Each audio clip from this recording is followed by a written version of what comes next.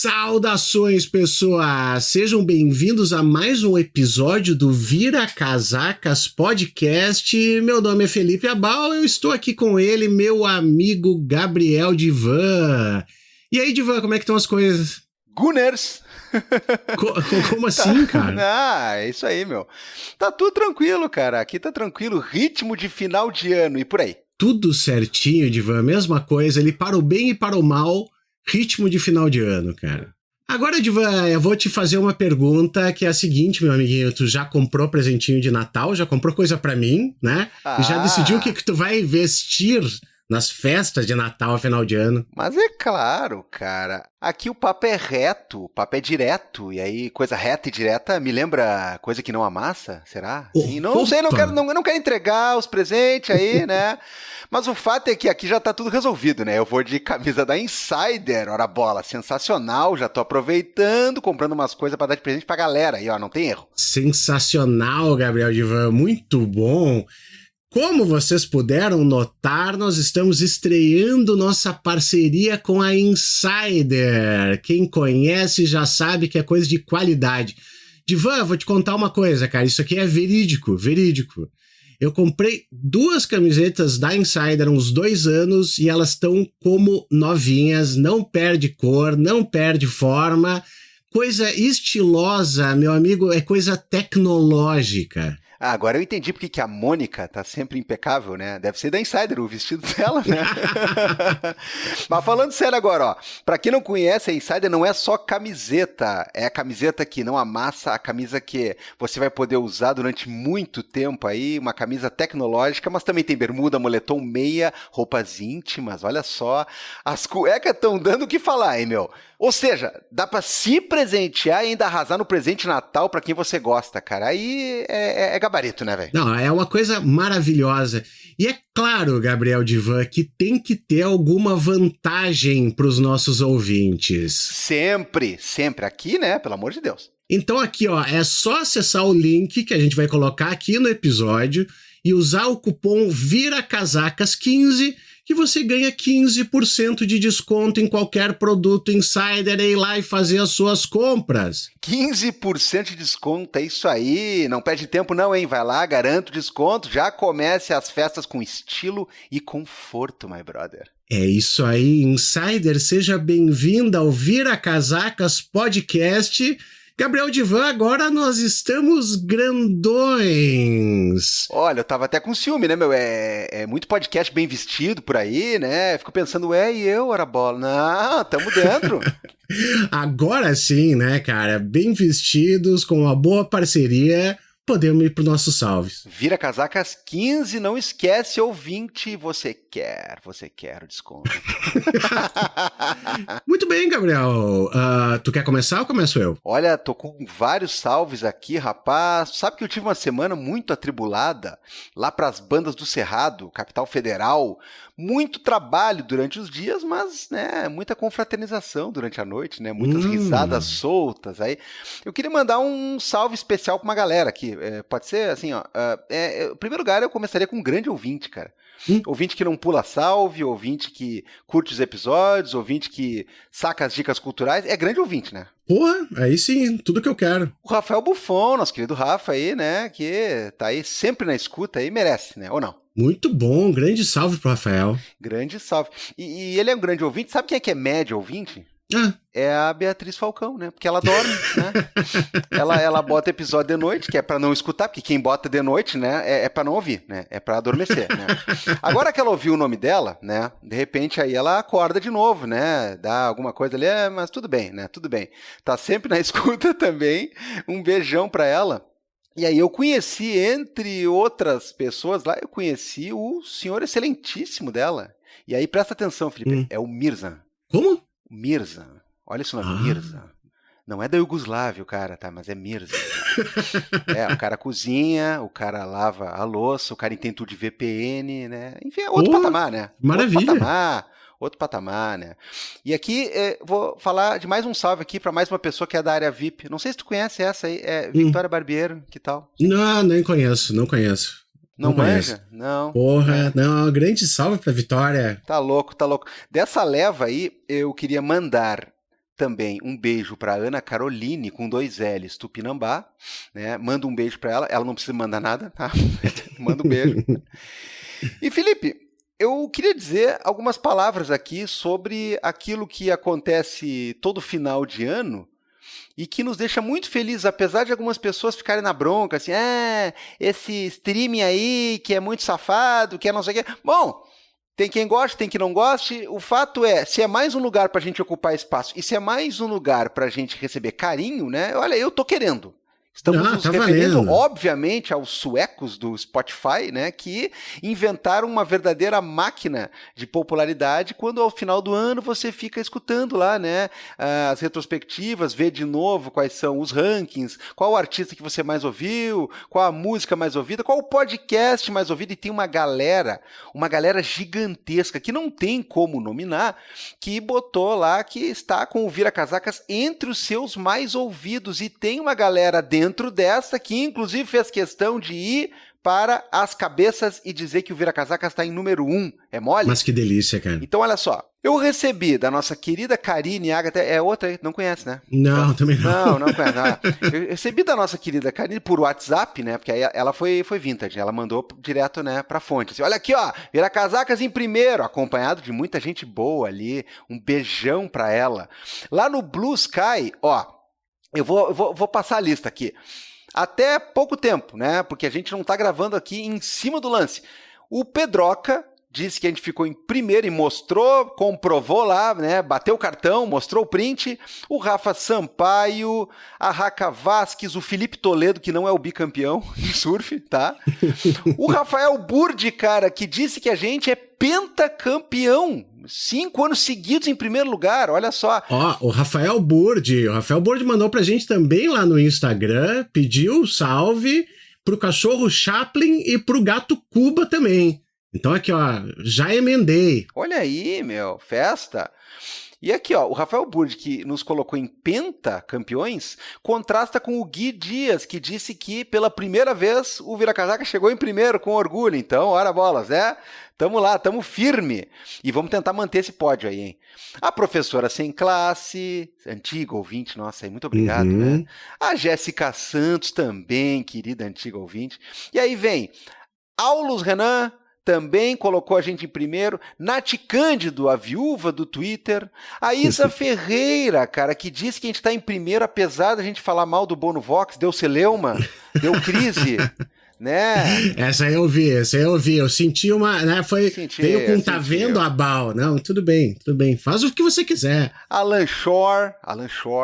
Papéis Amarillos, Vanu Parceiro e a minha querida Yara Ávila, todo mundo aí botando lá o seu testimonial, fazendo o seu statement, mostrando que Vira Casacas tá em primeirão, meu, e tá olhando pelo retrovisor pra galera. Pra todo mundo que também tá com Vira Casacas entre os seus mais ouvidos, sempre acompanhados de amigos, gente muito boa, nos dividiram bastante espaço ali com o Hoje Tem, da Leila, nos dividiram muito espaço com outros podcasts de notícias e que fazem comentário político. Olha, uma festa e tanto, cara. Não, uma delícia, cara. Lá no Instagram também muita gente fazendo story, marcando a gente e tal, né?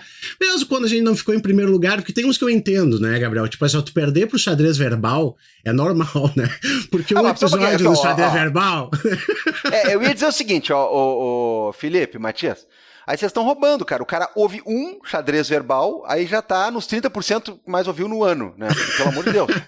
O último agora teve quanto? Teve 11 horas? Que foi então daí assim, ó, né? Vai dar um episódio, os caras dão um mês de episódio nosso, então, né, eu compreendo. Então aqui, ó, um grande salve, muito obrigado pra todo mundo que nos marcou, pra todo mundo que pegou e botou ali o Vira Casacas. Ó, eu larguei falando Gunners, eu vou ter que falar outra coisa. Roubado. Isso é roubado. Bora bolas. Gabriel, eu tenho aqui também alguns salves, meu amigo.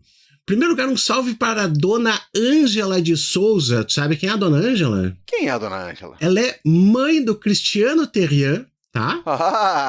Mas daí é marmelada. Marmelada, roubado. E ela é muito fã do Pontinho, né, cara? Então aqui, ó, o Terrian é grande amigo meu, grande amigo do podcast. Grande salve pra dona Ângela de Souza aqui, então, e ó, esse episódio aqui a senhora vai gostar muito, dona Ângela. A senhora vai gostar, que bom prestígio da sua audiência aí. Seu filho é muito bacana. Seu filho é muito legal. Mandar um salve pro Guilherme Silveira, que estava ouvindo o nosso episódio lá com a Isabela Calil, com as cadelas Beth Carvalho e Clara Nunes. Cara, mudou o meu posto agora, de nome dos bichinhos que eu mais gostei. Que beleza. O Henrique, lá no Spotify, Gabriel Divan, disse aqui, ó, parabéns, caras, mas ele ficou com um questionamento. Como a Igreja Católica poderia se voltar contra as Beths, tá? Se ela é apostólica. Cara. E é foda porque no campeonato italiano também a coisa tá mancomunada, né? Porque ela é apostólica e romana, né, cara? Então, o pessoal da Lazio aí, não sei, mas não tem esses aí também, né? Vai pra puta. Pediu beijo pro trio canino, Duda, Sol e Nina. Então, salve, Henrique. Cara, eu ainda tô cantando o Moreno de Angola na minha cabeça e tal, pensando na cadela. Estragou tudo agora. Vamos ver, tem mais pets aqui, Gabriel. A Amanda Pavani pediu um salve e ela disse que é uma mulher de família grande. Então, também pros gatos.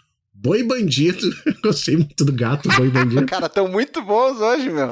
A Berenice, o Bezerro, Pamonha, Beirinha e o cachorro Pepino.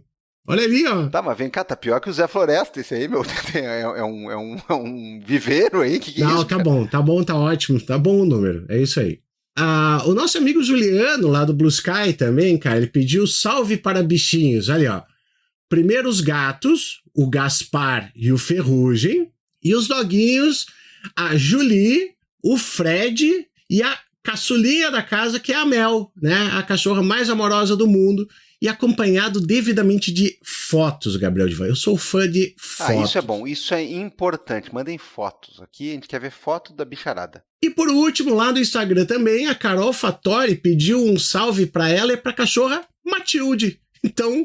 Carol Fattori, quanto tempo! Que bom, que bom. O pessoal tá por lá também. O pessoal tá por lá também, Gabriel. Aí sim. E aí o cara vai reclamar assim, né? Porque não sei o que, começa com propaganda. Bom, azar é o teu que não aproveita desconto, vira casacas 15 na Inside. Aí depois vem o medo de salve, que não para nunca mais. Bom, se você é mal amado, azar é o seu também, porra. Tá? Não enche o saco, né? Né? Volta e meia aparece. Continua aparecendo, sempre aparece. Pra lá. Gabriel, por último, né? Esse lembretezinho, então, né? Se você também quer um salvezinho, uma coisa, quer ajudar a Vira Casacas, vai lá no Blue Sky, segue a gente, no Instagram, no YouTube, faz um comentário lá quando a gente subir o episódio no YouTube, né? Tudo isso de grátis, Gabriel Divan. De grátis, você só pega e vai lá assim, ó, seguir.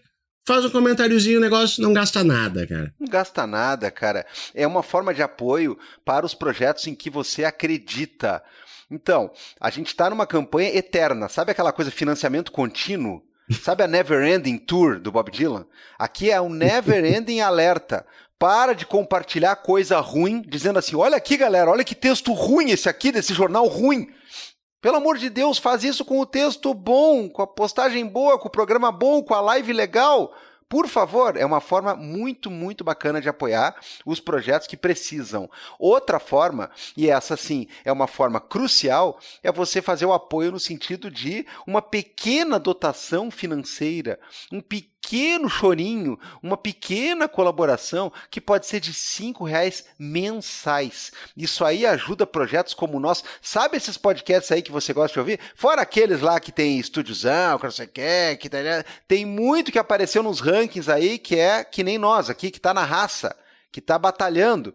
Então, por favor, vai lá e apoia alguém. Se for o Vira Casaca, a gente fica feliz em dobro. Se for alguém da nossa base aliada, a gente também curte porque fortalece todo um ecossistema. Então, no nosso caso, é ir lá em orelo.cc ou em apoia.se/viracasacas, cadastrado com login em cada um desses, você pode contribuir. R$5 mensais já ajuda uma barbaridade. É isso aí, Gabriel Divan. Então tem várias formas que você pode ajudar. E agora sim, né? Feito toda a nossa introdução, vamos ao episódio que está fantástico, né? Apesar de não ter boas notícias, afinal de contas, pontinho, né? Afinal de contas é aquela coisa, né? Tem um país aí que se cercar, né? Como é que é? E se cobrir vira... né? Perfeito. Quer falar algum segredo agora que a Beatriz Falcão não pode ouvir, porque ela já deve ter dormido. Não. Eu vou falar em algum ponto durante o episódio eu vou falar. Tá, então tá. Só um pouquinho, gato brigando. Gabriel Divan, bem-vindo de volta. Como é que foi? Opa! Aquela pergunta, né? Pergunta de pai, né? Assim, o cara passa 6 meses num retiro no Nepal, aí assim, e aí, como é que tava lá? Mas é isso aí, né, cara? É isso aí, que bom que está de volta. Estamos bem. Não podia estar num lugar mais diferente do que o retiro no Nepal, mas é isso aí, né? Muito bem. E nós estamos aqui, né? Eu não vou apresentar porque já é da casa, então não é necessário, mas todo aquele negócio. Fabrício Pontin, como é que tu tá? Cara, tô bem, Abalito, tô bem, Divan. É sempre um prazer estar com vocês. Eu tava comentando antes, né, no aquecimento, que a gente tá todo mundo sofrendo desse mal chamado fim de quadriênio, né? Todos nós que trabalhamos no setor universitário. Então, além de estar sofrendo de dezembro de 2024, né, estamos todos sofrendo de fim de quadriênio. Mas afora isso e as bizarrias do mundo contemporâneo, tá tudo certo. Não sei vocês. Vocês que são da capital, né? Porque eu sou um rapaz interiorano, assim. Também tem o negócio do vou pintar a minha casa no final do ano para começar o ano bem, e daí tem que limpar a casa, limpar por fora e fazer tudo isso aí? Que eu não moro em casa, moro em apartamento, não conheço, né? Mas tipo aquele negócio de começar com tudo consertado, sabe, Divan? Dezembro, daí tu tem que pegar aquela torneira que tá pingando assim, daí tu conserta ela em dezembro. Tem que ser em dezembro. Não, ao contrário, cara. Dezembro é foda-se, meu. Foi uma merda. E eu vejo depois. É isso aí, cara. Agora, só há um problema, né? E o Fabrício vai me entender, que envolve tu fazer tudo de melhor em dezembro, que é se você for morador do Jardim Lindóia, porque daí vai ter a competição das casas iluminadas, né? Estilo filme natalino do Macaulay Culkin, e aí vira uma loucura. E se o cara mora no Lindóia, não dá pra tocar o foda-se, ao contrário, ele tem que consertar a torneira e botar uma coisa de iluminação mais bonita que a do vizinho da frente, ali na Pan-Americana. Tem o bingo de qual casa vai ter a iluminação pegando fogo primeiro também, né? Porque a questão da qualidade das instalações elétricas no bairro Lindóia, né? Para quem não é de Porto Alegre ou é de Porto Alegre, mas como bom morador de Porto Alegre, né, ignora a existência da Zona Norte, o bairro Lindóia, ele é famoso por ser o bairro da classe média falida porto-alegrense, né? Então, digamos assim, as instalações elétricas não são exatamente ideais. Não que a rede elétrica de Porto Alegre esteja às mil maravilhas, mas no Lindóia é particularmente engraçado. E realmente eu lembro das competições. E tu sabe que tinha no Cristo Redentor também, viu, de fazer as competições. A rua que a minha mãe mora até hoje, o troço começou a escalar num nível, que a coisa ficou absolutamente insustentável. E daí agora não tem mais nada. Mas teve uma época ali na década de 90 que a competição das luzes de Natal no bairro Cristo Redentor ficou extrema. Ela ficou tão extrema que ela botou do Lindóia no chinelo por um tempo. Mas aqui na Pan-Americana é importante porque tem a festa de Natal da Avenida Pan-Americana, né, Divan? A grande Pan-Americana. Bom, eu não sei porque com a família Lima.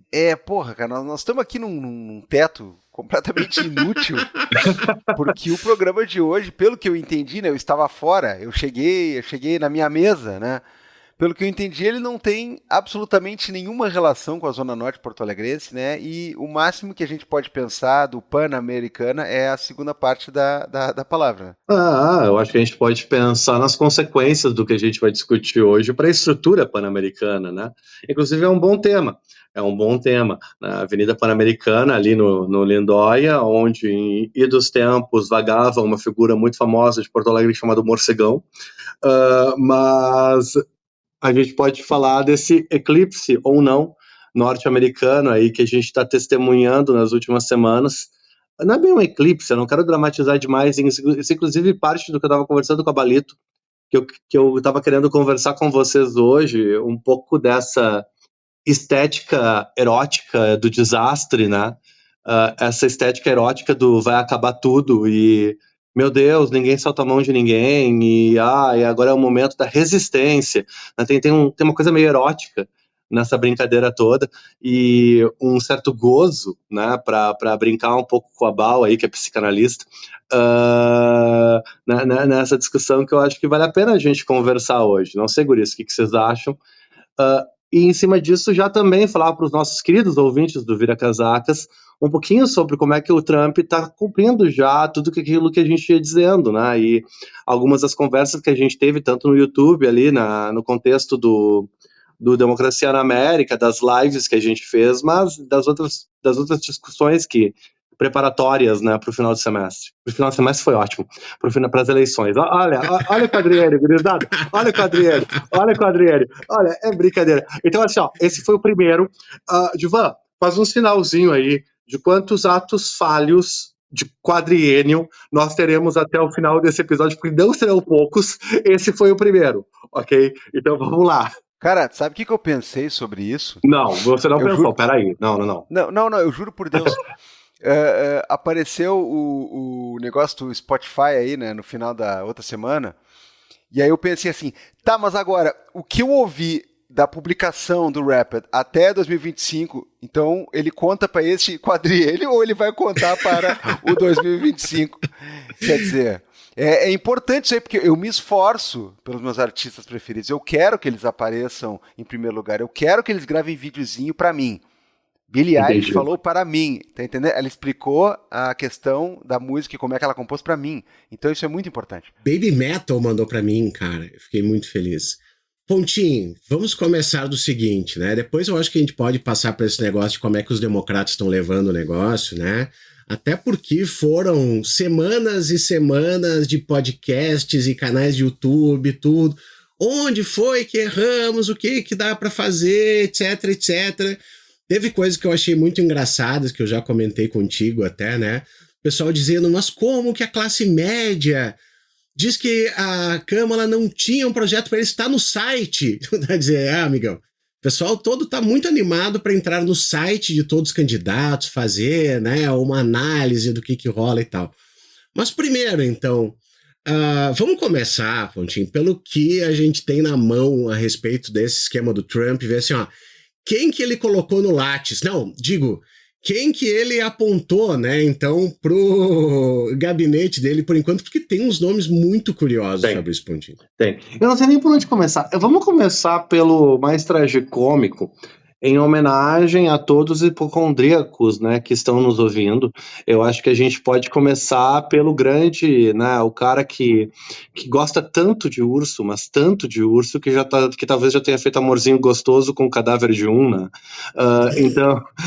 Então, assim, vamos falar do Bob Kennedy Jr. aí, né? Eu acho que essa figura, o secretário de saúde do governo Trump, é uma boa figura com a qual a gente começar, porque ele também é uma boa figura para a gente discutir algumas outras tendências aí políticas, porque aí vem uma provocação pro Abalito, e talvez pro Divan também, mas eu acho que o Abalito é mais proficiente nessa discussão aí, do quanto a figura do Bob Kennedy não está fazendo alusão a uma série de códigos e apitos de cachorro, tecnicamente mesmo, usando o termo aqui, tecnicamente fascistas, né? A forma, porque tem uma coisa aí que me interessa no Kennedy, e que me interessa também, depois a gente pode discutir no Musk, que eu não acho impossível que o governo Trump tenha uma política ambiental, só que tanto a política ambiental quanto a política de saúde que a gente está vendo poder surgir dentro do contexto do trumpismo, ela se associa com mecanismos de mobilização, né, que são mecanismos de mobilização fascistas. Aqui não estou usando o termo de forma irresponsável, não. É isso mesmo. Aquela coisa do corpo natural, né, do território natural, da mãe terra.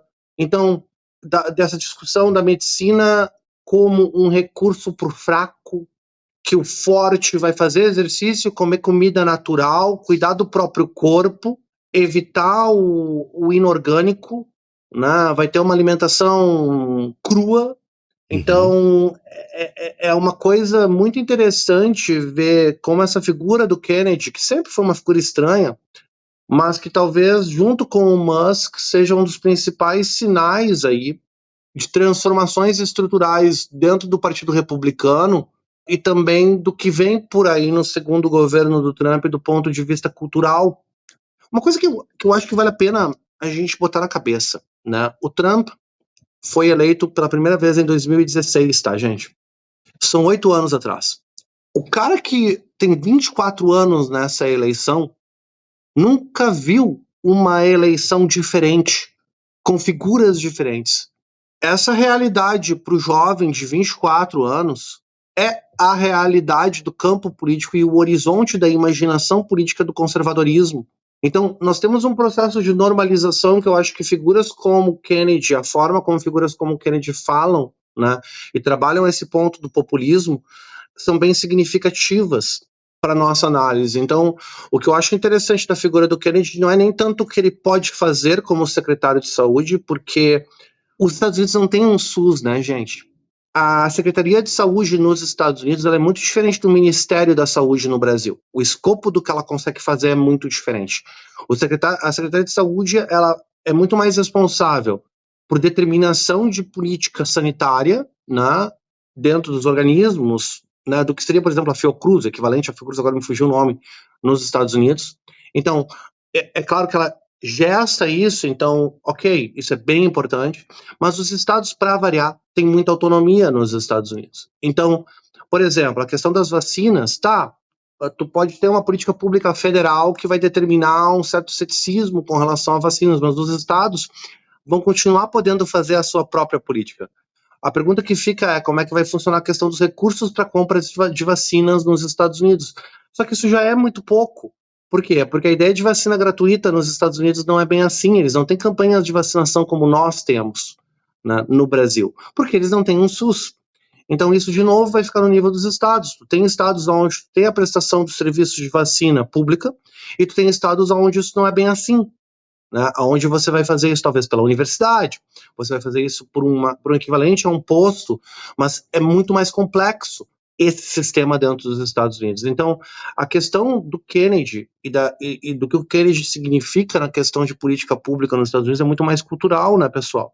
E parte de uma estruturação cultural bem importante, eu acho, para a gente compreender não só essa presidência do Trump, mas o que vem acontecendo com o conservadorismo americano. Tu acabou de matar uma das minhas perguntas / manifestações aqui, porque antes de tudo, eu acho legal que o nosso ouvinte e as pessoas que nos acompanham, talvez que não tenham, né, como a maioria não tem, como eu não tenho, a noção de como é que fica essa divisão, porque é muito engraçado, a gente sempre aprende, né, e isso é uma das coisas que sempre se destacam numa discussão, que os Estados Unidos eles têm uma autonomia muito grande em termos das legislações dos estados, tanto é verdade, né, aquela coisa, olha, isso é crime no Alabama, mas não é no, sei lá eu, né, no Colorado, e assim por diante. Geralmente é o contrário, isso não é crime no Alabama.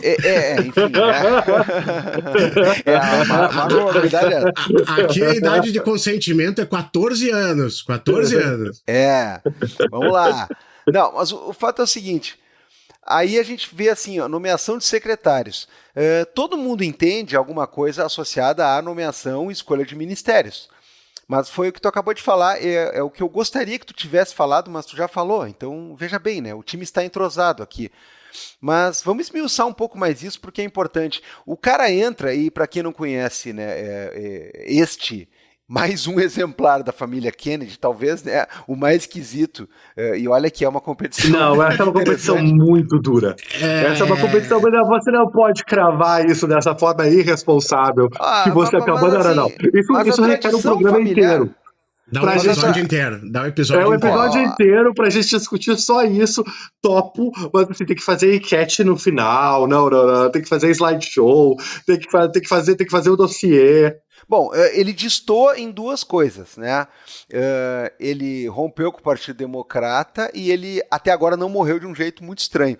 Mas enfim, o fato é, aparece um cara como esse dizendo assim, ó, não tem mais verba para vacina. O leite não vai ser fervido mais, seus filhos da puta. Cara, Todo mundo sabe que se pegou água da bica ou leite aí, tirado da vaca, você ferve essa porra. E aí? E aí que o sujeito está fazendo essa coisa que eu concordo, ele tem um fundo muito mais do que negacionismo de tia-avó do Facebook. Isso aí tem um fundo fascistoide absolutamente escancarado, né? Eu acho que sim, a leitura é por aí mesmo. Mas eu queria não só falar dele, mas falar também dos outros secretários num sentido, digamos assim, introdutório, né? Qual é o poder desses caras de fato? Porque Fabrício acabou de dizer, né? Ele não vai poder simplesmente coordenar uma questão nacional, porque não é a mesma coisa que no Brasil. Agora, o quanto realmente os estados podem escapar, né? Se eu disser assim, olha, onde é que eu quero morar nos Estados Unidos para eu tomar leite fervido e para ter uma vacina da polio para minhas crianças? Isso aí, qual é a ingerência desse cara e desses caras no geral?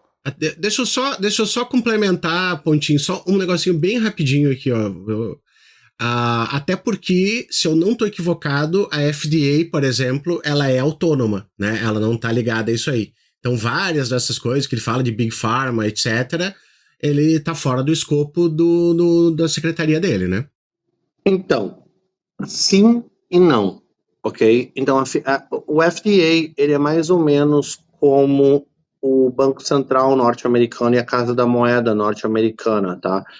Eles são independentes, ok? Mas eles respondem a autoridades centrais. Então, é mais ou menos como a gente fala da questão da independência do Banco Central, entende? Tipo, o FDA, por exemplo, o líder do FDA também é nomeado pelo Trump, tanto que já foi. É o Marty Makary, que inclusive era um dos caras do ceticismo da Covid, né, do ceticismo das vacinas, era um dos caras nos Estados Unidos da ivermectina. Então, o Trump nomeou ele, certo? Nomeou um cara que era cético da questão dos como é que chama, do isolamento social, né? Foi uma das primeiras pessoas a saírem contra o isolamento social. Esse cara vai coordenar a FDA, a nomeação do Trump. E ele está totalmente alinhado com a nomeação do Kennedy. É o tipo de cara que fala da mesma forma. Tá? Então, apesar do FDA ser independente, num certo sentido, ele ainda é uma nomeação política. Ele é um órgão que é pensado como um órgão de Estado e não um órgão de governo, tudo bem, mas a nomeação ela é politizada. Claro que se tu vê ela historicamente, ela tendia a ser figuras mais consolidadas. Então, tanto o Surgeon General, né, a ideia de ter um médico que é um primeiro médico, que é essa ideia do Surgeon General nos Estados Unidos, ela também é uma nomeação do presidente. Mas a figura do Surgeon General nos Estados Unidos, de novo, a melhor tradução que eu consigo pensar é um primeiro médico. O que seria o Surgeon General? É o cara que fala de saúde em nome do governo como médico. Ele é o Surgeon General dos Estados Unidos, ele fala sobre essas questões para os Estados Unidos inteiro. Normalmente, se a gente pega historicamente, essas nomeações, elas são meritocráticas no sentido fraco da palavra, tudo bem, mas são médicos consolidados, são médicos do status quo. Podem ser médicos conservadores, podem ser médicos mais progressistas, tipo o Reagan, famosamente, nomeou um chefe do FDA que para a questão da combate à AIDS foi terrível.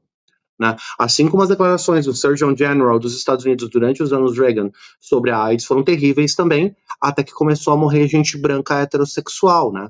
Até quando começou a morrer criança hemofílica, que foi só aí que o governo Reagan começou a se manifestar sobre a AIDS, quando começou a morrer criança hemofílica. Antes disso, não. Então, e daí o Surgeon General começou a falar de prevenção e tudo mais. Antes disso, não.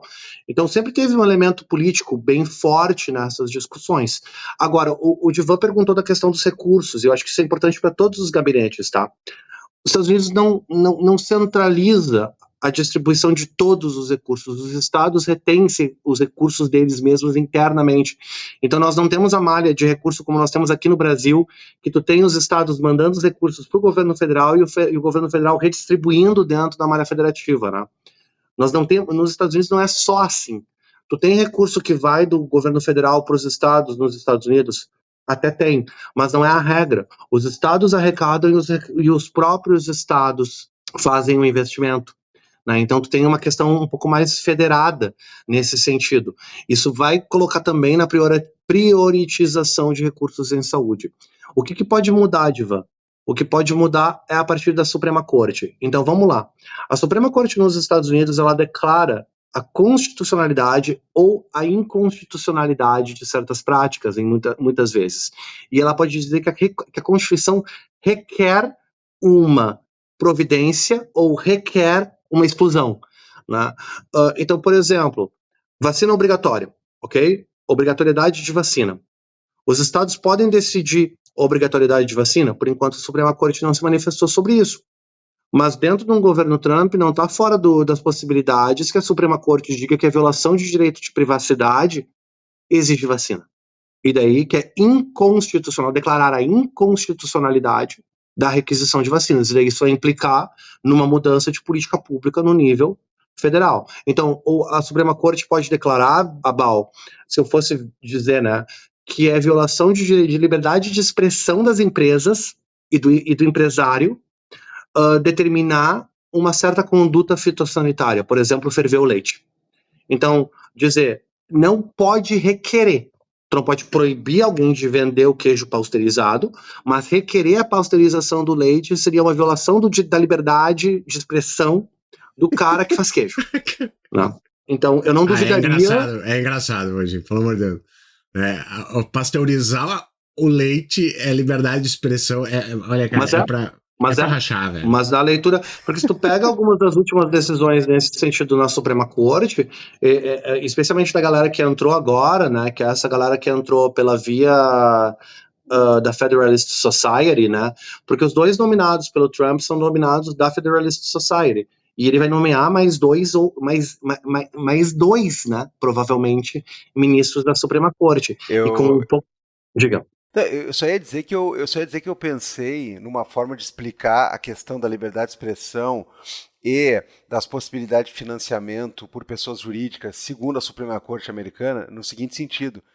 Aparece um cara vestido que nem o Homem-Elefante do filme e fala assim, empresas são seres humanos.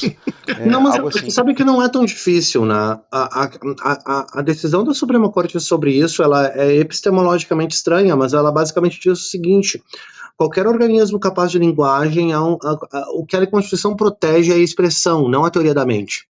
Então, o que acontece? Você não precisa ser uma entidade consciente para ter expressão. Qualquer entidade capaz de ter expressão, inclusive empresas, elas são capazes de ter expressão, tem a expressão protegida. Tu não precisa ter uma teoria da mente para ter a expressão protegida. Por isso que, por exemplo, muita gente vai dizer que a intervenção em algoritmos racistas é uma violação da liberdade de expressão também. Então, que nós não poderemos determinar, o Estado não pode determinar a correção de algoritmos. Por quê? Porque você está violando a liberdade de expressão do algoritmo. E o algoritmo tem liberdade de expressão porque ele produz linguagem. Essa é uma tese séria, tá? Não, folgo em saber. Essa é uma tese séria. Eu não estou inventando isso agora, isso é uma tese que existe. Então, é aquela coisa, eu não lembro com quem que a gente estava conversando, com um dos colegas aí da teoria do direito, Divan, que tem uns debates que só acontecem nos Estados Unidos, que qualquer outra teoria do direito assim, dentro do direito ocidental, se a gente quer falar nesses termos, né, moderno, e dizer, não pode ser que vocês estão discutindo isso a sério. Mas nos Estados Unidos é uma discussão séria. Tá, vamos seguir falando dos gabinetes, senão a gente começa a tergiversar muito aqui. Quem mais que a gente pode conversar agora que a gente já esclareceu um pouco essa questão? Diga lá, Balito. Eu quero voltar um pouquinho, Pontinho. Eu quero só dar um passinho atrás, porque assim, ó, eu achei muito legal isso que tu tinha falado antes a respeito desse discurso fascista dentro né, da ideia do Robert Kennedy. Porque assim, ó, tem uma coisa que eu achei muito interessante, Fabrício, que é, culturalmente falando, isso aqui dentro da internet já vem há um bom tempo. Né? Já vem há um bom tempo. Tu tem figuras que, assim, ó, pode parecer extremamente fringe, assim, mas que tem um impacto interessante. Quando tu fala do negócio de comer cru, vocês conhecem o Liver King? Lembrando sempre, nós estamos dizendo cru. Sim. Ok, pessoal, cru. Vocês conhecem o Liver King? Sim, claro. Fez muito sucesso no YouTube e tal, e coisa... Bom, era um cara que comia carne crua, ele é conhecido como Liver King por causa que ele e a família dele só comiam fígado cru, esse tipo de coisa assim. Ele é um cara bombado, e dele apareceu dizendo, eu fiquei grande desse jeito, só comendo coisa crua e tarará. Até, claro, que chegou o dia que pegaram coisa dele que ele comprava bomba, né? Evidentemente que sim, que ele não ficava grande só porque ele comia carne crua. Mas foi um cara que fez muito sucesso, assim, no YouTube. Aquele Bronze Age Pervert, que também é razoavelmente grande no Twitter e tal, e tem um podcast também. É a mesma onda, né, do negócio da masculinidade, de voltar até o tempo que o homem era homem. Tem muito dentro desse governo Trump, dessa questão de um masculinismo, né, tem bastante. E o Robert Kennedy, né, a filha do Peterson lançou um livro, né, exclusivamente de dieta carnívora e tal, que foi muito engraçado, porque foi exatamente na época que o Peterson foi internado na Croácia. Foi na Croácia, foi em algum país assim, né? Por causa do vício dele em benzodiazepínicos e tal.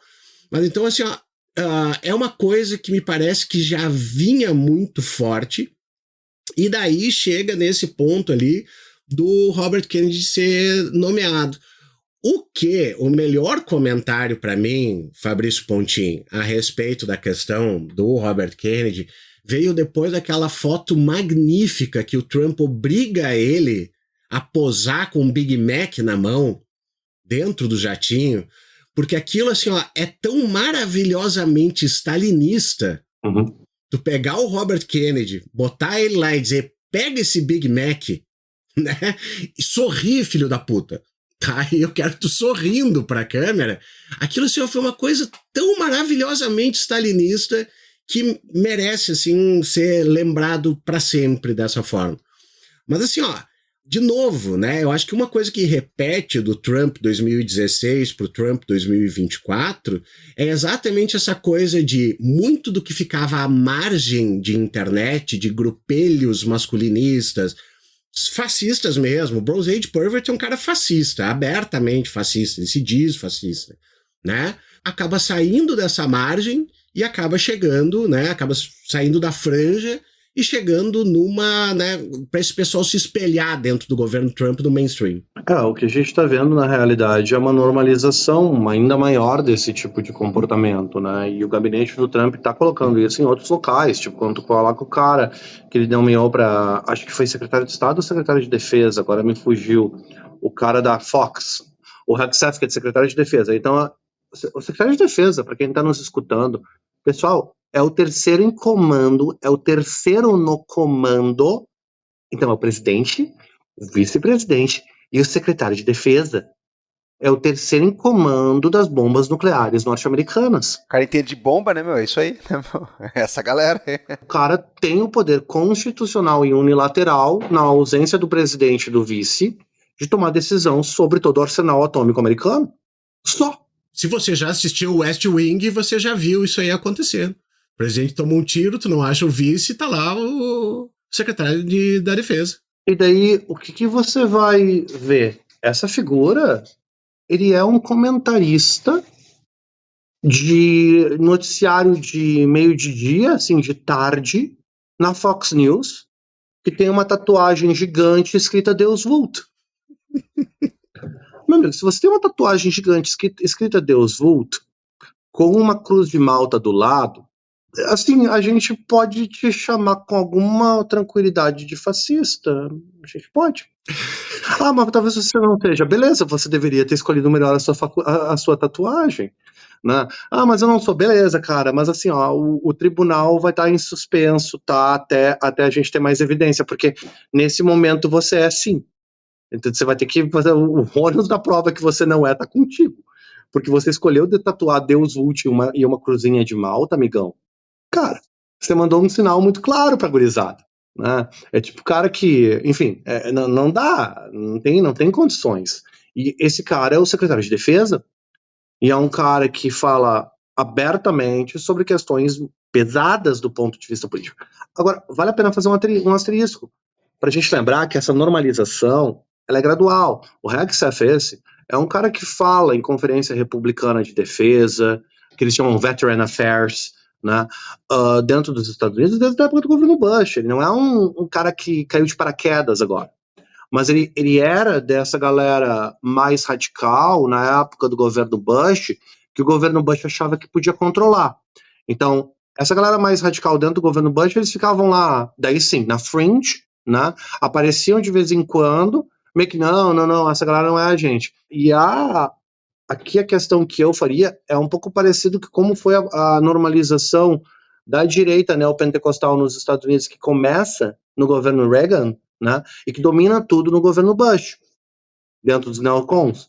E agora, como os neocons acharam que estavam só usando esses caras, e hoje esses caras são um partido. Porque eles estavam lá, o Hegseth estava lá no governo Bush, ele aparecia no governo Bush frequentemente. Só que agora, ele é literalmente uma das pessoas mais poderosas do mundo. O cara comanda o arsenal nuclear norte-americano em termos, assim, estratégicos. Não é o presidente que decide isso. Quem decide essas questões são a Secretaria de Defesa e a Secretaria de Estado. E não termina por aí, né, Fabrício Pontinho?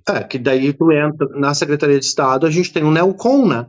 Tu tem o Marco Rubio, que é, em alguma medida, uma surpresa.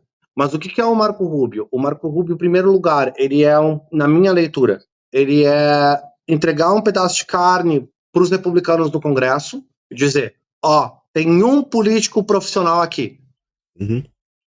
Tem uma unidade de político profissional aqui no gabinete. Uhum. Né? Tem o Marco Rubio. O Marco Rubio é um cara que seria plenamente plausível como secretário de Estado, ou qualquer secretaria, num governo do Jeb Bush, entende? Não seria estranho. Ele é um político convencional, não tem nenhuma dúvida sobre isso. Né? Agora, você pegar a figura do Rubio, aí também é um sinal do ponto de vista da política com a Ucrânia, né? Porque ele é... Como é que diz, Tati? É gavião, o hawk em português? É gavião e pomba, né? Então tem essa distinção, hawk and doves, né? Os hawks são os caras que são ofensivos na postura realista norte-americana, e os doves são os caras que são defensivos. Então são as pombas, né, que são mais, digamos assim, não intervencionistas na política externa norte-americana, e os hawks, que são os gaviões, que são extremamente intervencionistas. E o Rubio é um cara de excepcionalismo norte-americano até a veia. Então é um cara que acredita em intervenção externa. Né? Nomear ele para a Secretaria de Estado é bastante interessante. Agora, o Trump, nisso tu tem razão, ele tem uma coisa meio stalinista, que ele exige aderência. Não é stalinista, né? É autoritário, ponto.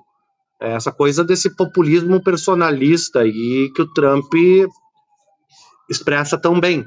Né? Então ele vai querer que as pessoas estejam do lado dele. Então não sei se se o Rubio não entra querendo fazer uma política de intervenção e vai acabar tendo que virar um não intervencionista ou vai perder o cargo. Então vai ser muito interessante ver essas cenas dos próximos capítulos para ver se o Rubio está ali para, em termos políticos, dizer para os hawks, para os gaviões, né, republicanos dentro do Congresso, não se preocupem que a política de guerra norte-americana vai seguir no contexto europeu também. Nós não vamos apaziguar no contexto da Ucrânia, ou se ele é simplesmente um sinal mais forte. E também, né, Pontinho, quando vê essa nomeação, assim, uma das coisas que chama muito a atenção, agora até tu falando da questão da intervencionismo e de conflitos e tal, é a figura do Mike Huckabee também na Embaixada de Israel, né, cara?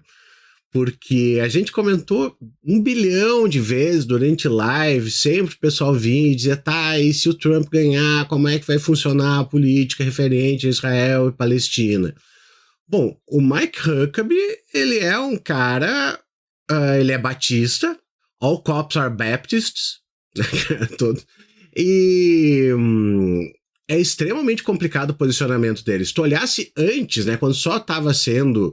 né, sugerido que poderia ser ele é um cara que nesse período ali, já dentro dessa última fase, ele vai para Israel, ele promete apoio para Israel incondicional, ele diz, todo mundo que está falando mal de Israel, eu sou contrário a essas pessoas, etc e tal. Então, assim, são muito, muito ruins os sinais dessa nomeação do Huckabee ali para Israel, né, para embaixador de Israel. Olha, a gente falava sobre isso, né, o pessoal, como é que pode piorar a política norte-americana com relação a Israel? Tadã! Tadã! Pode piorar muito, mas assim, são duas coisas que eu acho que vale a pena colocar. Vocês perceberam que o Netanyahu tá falando em começar um processo de desaceleração do conflito com ataques mais coordenados contra alvos do Hamas e do Hezbollah, porque ele já patrolou toda a faixa de Gaza e basicamente está com mão de ferro em cima da Cisjordânia nesse momento. Então ele conseguiu o que ele queria, em grande medida. Sabe o que vai ser engraçado? O Huckabee e o Trump vão reivindicar o mérito do cessar-fogo. Ah, claro. Vão reivindicar o mérito do cessar-fogo. Vai ser um negócio meio Reagan e Carter ali na crise dos reféns. Nos contras. Não, nos reféns. Isso, tá. Sim. Que chega ali quando os caras voltam, tá no governo Reagan, ele diz, fui eu. Pô, tu não fez nada. Eu até vou dar o braço a torcer que naquele episódio dos reféns eu acho que o Bush pai atuou bem. Não. Ok. Mas não é pra agora. Enfim. Voltando.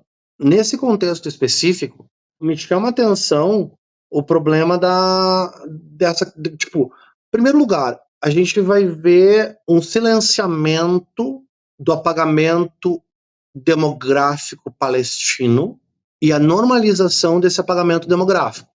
Então, essas remoções forçadas, todas essas práticas, todos esses crimes de guerra que o Netanyahu vem praticando de forma repetida desde o início do conflito, né?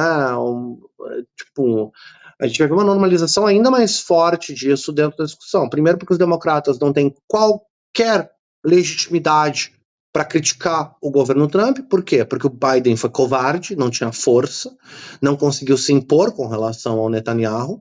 Então qual é a legitimidade que os democratas vão ter para falar do Trump agora? Zero. Não, e pior, né, Pontinho? Desculpa te interromper, cara, mas assim, ó, sabe que um negócio que me deixou mais puto ainda com todo o negócio foi assim, ó, depois que tu perdeu, meu amigo, agora é hora então que se também tiver que mandar a gente a merda, manda a gente a merda. E não, permaneceu a mesma coisa. Não, olha aqui, nós vamos continuar apoiando. Netanyahu chega e diz assim, ó, estou comemorando que o Trump ganhou. E o bocó do Biden vai lá e diz, mas a gente consegue com o nosso apoio a Israel, né? Vai te fuder, amigão. Mais uma vez eu preciso indicar, já indiquei uma vez aqui. Leiam um livro do Mersheimer e do Walls chamado The Israel Lobby. Não, tudo bem, tudo bem. Isso aí. Sim, isso aí. Tudo bem. Tem o documentário da Al Jazeera, tem tudo isso aí, mas assim, Pontinho, pelo amor de Deus, um pouquinho de respeito próprio. Cara, mas assim, a gente vamos reservar esse ponto para daqui a pouco, quando a gente começar a falar dos democratas, porque daí é um outro problema. Né? E é o problema da desintegração total do partido, que era algo que estava nas cartas, quando a gente discutiu quais seriam as consequências de uma eleição do Trump. Uma das coisas que eu disse para vocês, cara, o Partido Democrata vai desintegrar se ele perde essa eleição. And here we are. Né? E aqui estamos, o Partido Democrata desintegrou. Mas antes de falar da desintegração do Partido Democrata, acho que a gente ainda pode falar um pouquinho mais do Huckabee. Eu gostaria de falar de mais duas figuras, mas do Huckabee, tá? Sobre o Huckabee, eu acho que vale a pena para o nosso ouvinte, para o espectador também, porque a gente está botando as coisas, né, mais online, meter na cabeça que o Huckabee ele é uma figura que quer o apocalipse. Né? Ele quer acelerar o apocalipse para a gente ter o retorno de Jesus Cristo. E isso não é figurativo, isso é literal pro Huckabee. Ele acredita nisso mesmo, não é de brincadeirinha, entende? E daí você colocar essa figura lá em Israel é muito simbólico, porque em primeiro lugar ele é um cara que vai começar a falar de novo na questão de Jerusalém, né? De Jerusalém virar a capital de Israel. Eu acho que esse papo é capaz de acelerar agora que Israel começou a se aproximar cada vez mais da Arábia Saudita, né, do Catar, dos Emirados Árabes. Essa aproximação é a pá de cal na Palestina, né, porque a Palestina ela já é explorada historicamente pelos países do Golfo. Então os países do Golfo trabalhando proximamente, de forma próxima com Israel, no setor financeiro e no setor de especulação imobiliária, que é as grandes parcerias que eles estão fazendo dentro dos acordos de Abraão, né, isso aí vai terminar de detonar a malha social da Palestina e vai aumentar muito o poder do Netanyahu na região. Então, eu realmente estou bastante pessimista, assim. Eu acho que a nomeação de uma figura como Mark Huckabee, ela também é muito... Eu espero que ela seja muito educativa para a galera que diz que não pode piorar, que é o que eu sempre digo pro pessoal. Olha aqui, ó, hipocrisia, jogo de cena, discursinho, tem uma função na política. Eles são irritantes, eles são frustrantes, para quem vê de fora é horrível, mas é muito pior sem. Né? E agora a gente vai ver o que acontece quando você tem uma política que não se dá nem o trabalho de tentar ter algum norte retórico com relação à questão do Oriente Médio. E as consequências disso para uma região que já está destruída vão ser terríveis, terríveis, terríveis. O que mais me preocupa é em termos de política interna, que o Trump vai conseguir reivindicar que ele fez a paz na Palestina. Só que a paz do Trump na Palestina, para citar o grande Immanuel Kant, né, ela é a paz dos cemitérios. Né? Ela é a paz do cemitério.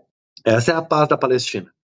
A paz agora no conflito, esse cessar-fogo, ele é um silenciamento das armas porque o inimigo morreu. Porque o inimigo está isolado em campo de concentração gigante. Né? E foi nisso que... E isso é uma coisa que a gente vai ter que discutir muito dentro da teoria, que o Netanyahu conseguiu transformar a Cisjordânia num campo de concentração gigante. Coisa que Gaza já era. Né? Então esse apagamento étnico agora sendo mais normalizado ainda dentro de uma administração do Trump que não vai nem fingir que se importa com essa situação. E sim, fingir que se importa é melhor do que nem fingir. Desculpa, gente. Então, esse fator eu acho bem preocupante, bem significativo aí. E é bem significativo também em termos de jogar carne vermelha para base, botar um fanático religioso. Se o Mike Huckabee fosse iraniano, tá? Sabe como é que a gente falaria dele? A gente diria assim, ó, clérigo radical do interior do Irã defende postura literal sobre o Alcorão e assume a embaixada do Irã em, sei lá, em Meca. É isso. Se a notícia fosse sobre um político iraniano, seria um clérigo radical do interior do Irã que foi nomeado para um cargo de Estado. Né? Mas a gente acha que nós somos diferentes, né? Então a gente não fala assim, a gente diz, é um senador. Sim, mano. O ex-governador. Legal. Só que olha a postura, né, ideológica do cara. Então é muito significativo tu ter um cara dessa batida numa secretaria. Fortíssimo, Pontinho. Gabriel Divan. Cara, eu fico ouvindo e fico pensando que talvez o governo Trump 2 ele seja uma afirmação muito mais frontal de uma série de coisas das quais a gente tinha medo e ou teve que conviver, né, no primeiro governo dele. E agora, assim, ó, é meio estarrecedor você perceber que ele vai para valer em nomes que significam muito... Aliás, assim, não são nomes no sentido consagrado político de direita. É todo um movimento do que a gente pode ver de rescaldo desses últimos anos. Né? Então, o cara tá... Fora a questão, por exemplo, que a gente já falou do Robert Kennedy, né, que tem um nome muito associado à política nos Estados Unidos, um sobrenome muito forte, me parece, sim, né, que é, de fato, o sonho dourado que visa acenar, inclusive, para essas outras aí. Eu ia usar a expressão essas outras mecas aí, mas eu acho que é desrespeitoso também, né, com uma religião e com toda uma cultura, mas esses outros epicentros, tu tá acenando e tu tá dialogando, né, num sentido simbólico com essa galera aí, com Hungria, tu tá dialogando com o bolsonarismo, tu tá dizendo, sabe esses aí de vocês aí, esses tipo Nicolas e professor Olavo, não sei o quê. Não, aqui agora vai ser assim, eu vou botar este cara aqui na Secretaria de Defesa, eu vou botar este cara aqui coordenando essa pasta, eu vou... Como é que é mesmo, Felipe? Luta livre, né? Eu fui, digamos assim, eu fui enganado pelas circunstâncias, eu subestimei, né, o andamento das coisas, e de fato a luta livre telecat ainda é uma coisa que, digamos assim, né, tem possibilidade de gerar capital político. Me expliquem essa figura, por exemplo. Eu tava esperando um pedido de desculpas, Gabriel Divan, né? Eu tava esperando esse pedido de desculpas aí, porque Linda McMahon ali, né? É uma situação, né, cara? Eu só pediria desculpas na moda luta livre se eu fosse até o centro do ringue estender a mão, e quando tu estendesse também, aí eu te dava uma cadeirada, dizendo, não, jamais. Eu tenho uma pergunta pro Fabrício, incidental também. Billy Corgan é de direita? O Billy Corgan, ele meio que deu uma quietada, mas ele nunca botou o bonezinho Mega, né? Nunca botou o bonezinho Make America Great Again, mas ele já deu vários sinais que ele tá no universo trumpista. Ele era dono de liga de luta livre, né? Pra mim isso basta. Ele é dono, ele é acionista de uma dessas ligas indies que ficam dentro do universo da WWE, né? E é uma viagem, assim. Mas o Corgan, sim, ele é tecnicamente, ele não é tipo um Todd Rundgren da vida, assim, mas ele tá bem inserido, né? Ele parou de falar tanto nesses assuntos porque ele começou a perder muito fã. Então, tem que olhar de perto, ele não fala tão publicamente sobre essas coisas, não. Mas vamos falar então da Secretaria de Educação, da McMahon? Vamos. Eu juro pra vocês, quando eu vi, eu achei que fosse piada. A primeira vez que eu vi, isso é coisa da Onion. Não, isso é The Onion, não pode ser. Não pode ser. E é. Então o cara botou essa Linda McMahon, ela é esposa e também executiva, né? Ela na realidade, ela é o cérebro dentro da World Wrestling Association, não, Foundation. É WWF, isso. WWF. Né? Não, é WWE, não é? O F é o dos panda, não é isso? The Wildlife Fund. Não, pera aí, não. Não cortem isso, por favor. É a minha grande participação no programa de hoje, é essa, tá? Eu impedi que os pobres pandinhas sejam confundidos com uma maluquice total. Só um instante. Marca aí. Panda é inútil. Se panda não fosse fofinho, ninguém defendia panda. Panda é um bicho estúpido. Tá? Não, panda cara. É um bicho estúpido, panda merece ser extinto. Ser okay? fofinho é parte da sua constituição, meu. É o ser no mundo do panda é fofo. Eles comem os filhotes. Não tem problema, cara. Tá? O pessoal já ouviu o RT comentado, os pandas são os maiores diplomatas do mundo na atualidade. Tá?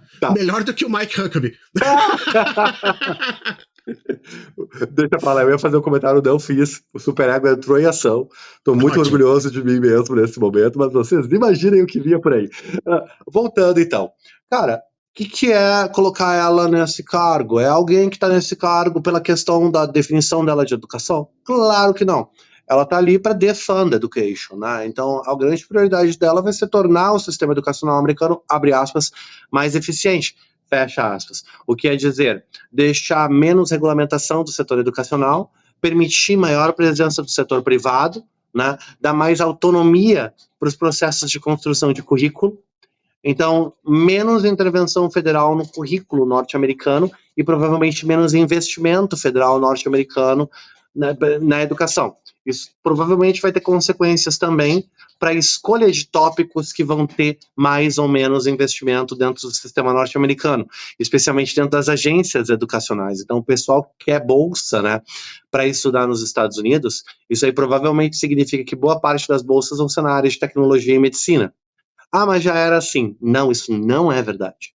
Isso não é verdade. As bolsas nas áreas de humanas para ir para os Estados Unidos sempre foram no mesmo número que das áreas de tecnologia e medicina. Agora, provavelmente, vai ser muito mais tecnologia e medicina e muito mais voltado para a produção de patentes, produtos que podem ser, né, vendidos, né, e que daí tem o interesse do governo em apoiar esse tipo de questão. Né. Agora, o pessoal que trabalha teoria política, filosofia política aí, estava interessado em trabalhar com uma dessas grandes agências de fomento norte-americanas, né, federais, pode ir adaptando os projetos, né? Porque ou você adapta o projeto para falar dessas questões mais aí de teoria política populista, ou provavelmente a possibilidade de você conseguir financiamento vai diminuir bastante nos próximos anos. Então isso vai, né, junto com essas secretarias. Mas é isso que eu dizia. Não parece a vocês que está mais assumido do que nunca esteve, né, e principalmente em relação ao governo de 2016, 2020, essa pauta da agenda o equivalente ao que eles chamam de marxismo cultural, mas o contrário. Tá exatamente o anti-wokeismo, digamos assim, ele está pautando as coisas, porque o nível das pessoas que estão sendo escolhidas, repito, é um comentarista de televisão, é a pessoa, né, que é empresária da luta livre, é tudo isso, né? Depois, se quiser falar até daquele outro cidadão lá sobre o qual o Vira Casaca já falou muito, já teve RT comentado, né? A gente vai falar também, mas essas pessoas elas estão sendo nomeadas, inclusive porque elas vão formar uma espécie de Capitão Planeta ao contrário, né? Tu está tendo uma série de representantes das várias vertentes do que seria o antidiscurso woke e colocando elas em cargos-chave. Nesse caso, né, eu não vou dizer que é tão grave quanto o da saúde, porque, né, o cara defund, né, vacinação e sugerir que as pessoas comam leite com germes, né, isso aí é capaz de causar morte instantânea, como já aconteceu, né, se o cara pensar, por exemplo, na questão da Covid e em toda a propaganda anti-vacinação e o que causou até que comece a vacinação a vigorar, né, ou pelo menos a ficar disponível nos Estados Unidos. Agora, a mulher da educação ter essa pauta, ter esse tipo de proposta, tu ter um plano que vai visar um compromisso para tornar, digamos assim, espalhado pelos Estados Unidos inteiro essas coisas de Flórida, tipo assim, tira livro e aí já vem papo banheiro.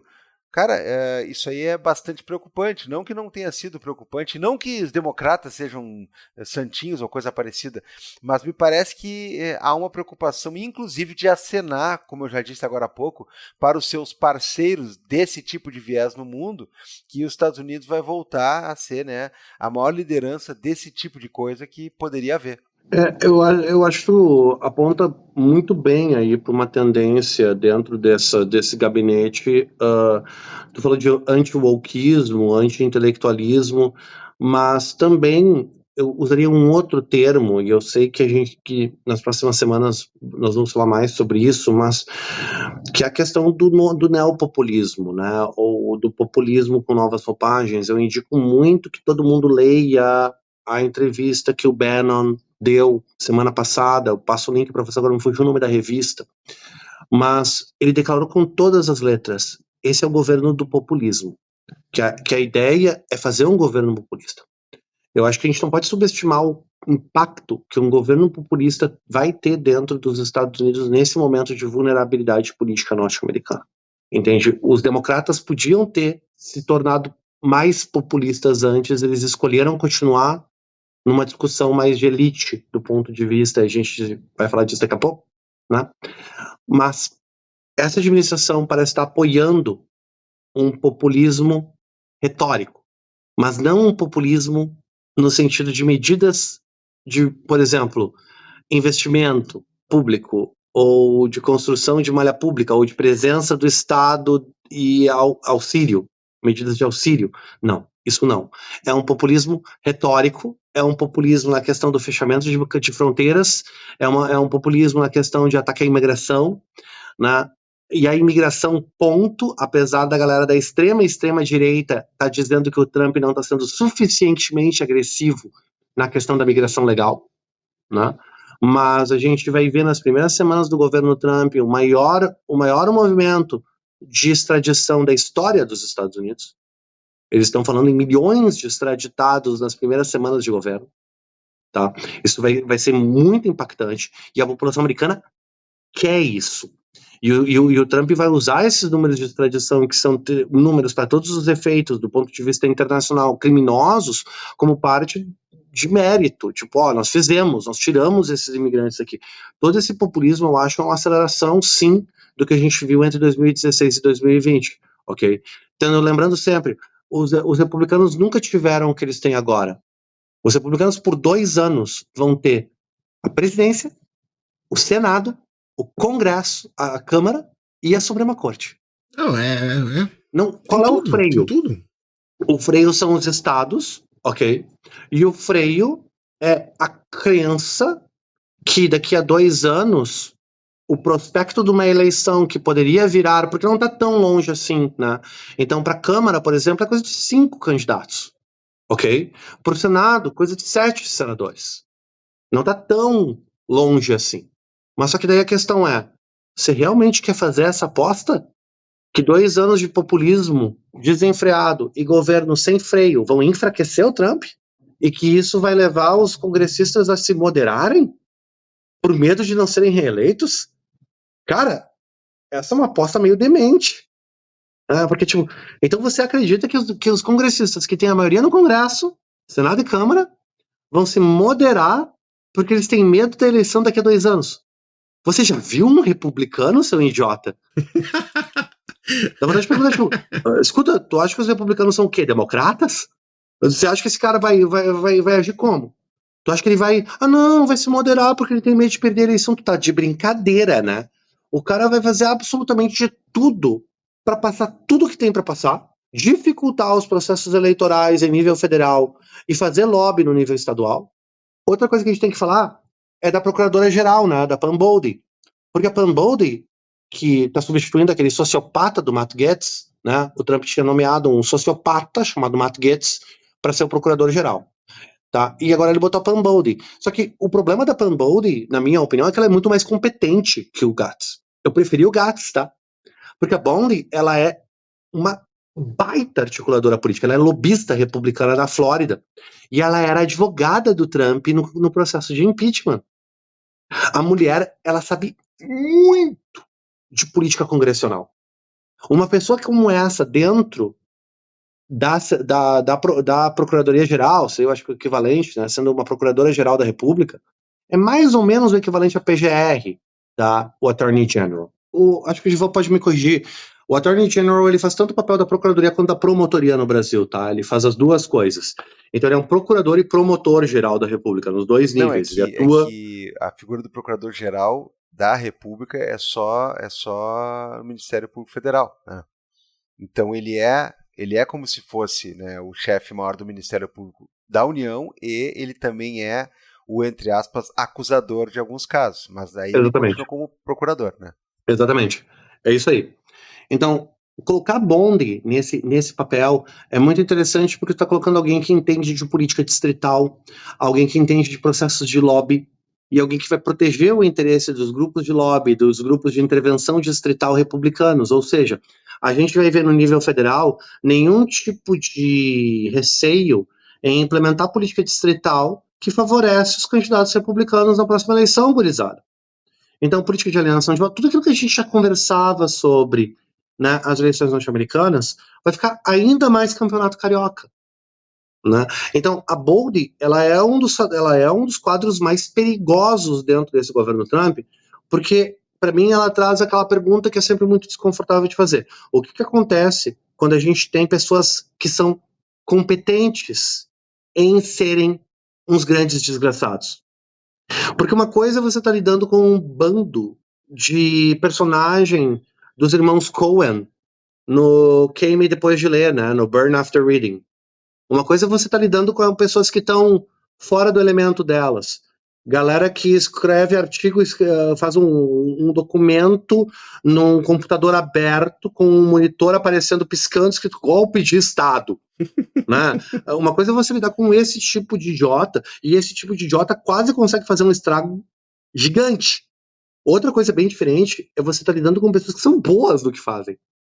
E a Bondi é muito boa no que faz. Então eu acho que o estrago que ela é capaz de fazer dentro da AG vai ser bem interessante de ver, assim. Especialmente enquanto os democratas estão tomando doses constantes de copium, né, tentando se convencer que não, veja bem, a luta política vai resolver a nossa questão aqui. Então, eu acho que do pessoal do gabinete faltou o Musk, né? Tinha mais um pessoalzinho ali que eu queria falar, Pontinho, eu vou te fazer uma pergunta agora. A gente pode continuar falando dos membros do gabinete e deixar os democratas, né, o fim do Partido Democrata, para uma live, ou a gente dá uma faladinha no Partido Democrata agora e complementa. Não, vamos fazer isso então. Se o pessoal quiser, eu quero comentário, eu quero dizer assim, ó, quero live sobre o fim do Partido Democrata. Isso. Ótimo. Eu quero o clamor popular.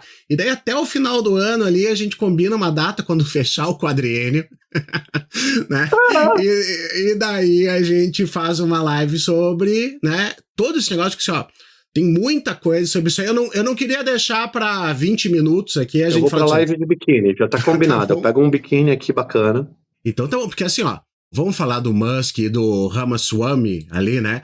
Que assim, primeiro, né, cara, assim, essa gente, eu culpo pessoalmente todo essa política pública, esse clamor anti-bullying, por a gente chegar no momento em que tem dois grandíssimos, Gabriel Divan me corrige, para vocês aí também, assim, isso aqui é leitão, né? Eu chamaria isso aqui no colégio, isso aqui é um leitão. Pode chamar. Tá, direção, 2 leitão. Eu nunca, na minha vida, ouvi essa expressão num contexto de bullying, mas tudo bem, deve ser uma coisa aí da grande Passo Fundo. Isso, pode ser.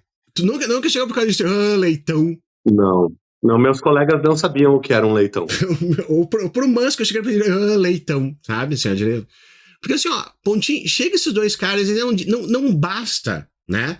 Tu ter tido toda aquela coisa idiota, né? De subir em comício pra dar pulinho, pra não sei o quê, com camiseta de Marte, com todas essas coisas assim, não.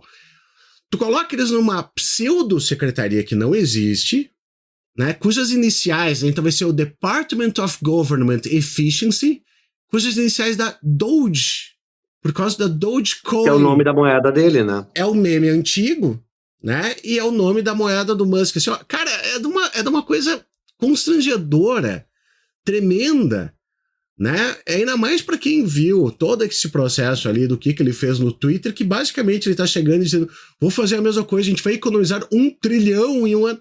Cara, pelo amor de Deus, velho. Então, vamos lá. Mais uma coisa interessante da entrevista do Bannon, né? Nessa entrevista do Bannon, o Bannon diz com todas as letras, eu tenho discordâncias importantes com o Musk, mas ele garantiu o lugar dele na mesa. E o Bannon coloca nos seguintes termos, nós não teríamos ganho essa eleição sem o Musk. Que a grana do Musk, e ele colocou um número, ele colocou um número na casa das centenas de milhões de dólares que o Musk meteu dentro da campanha. Então, basicamente, o Musk apontou para uma secretaria e disse, eu quero essa.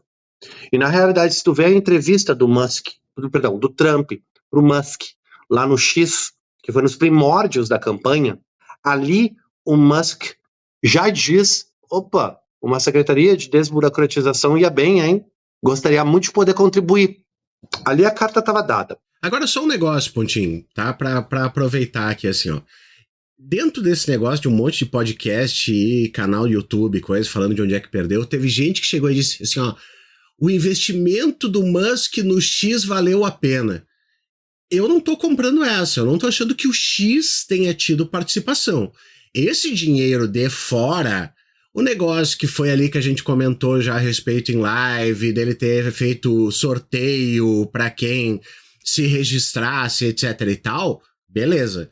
Agora, o X em si, tu acha que isso aí teve impacto para tanto? A menor de todas as redes, abaixo do Pinterest? Eu acho que... Acho não. Eu vou fazer uma afirmação aqui. Não é uma questão do X, é uma questão de ecossistema. O X, ele não tem um alcance interno tão grande, mas ele forma muita opinião que importa para fora. Então, o que acontece? Tu tem vários veículos de podcast, TikTok, em outras redes, que elas leem o que está rolando no X para quem está fora do X, em primeiro lugar. Né? Então, por exemplo, aquilo que a gente brinca, né? O que é o noticiário da tarde na Globo News, se não um monte de jornalista lendo o Twitter pro seu Zé no escritório, entende? Tipo, é fundamentalmente isso. Então, o Twitter, ele tem esse fator que ele tem um fator, o Twitter, o X, né, de, digamos assim, consolidar algumas narrativas.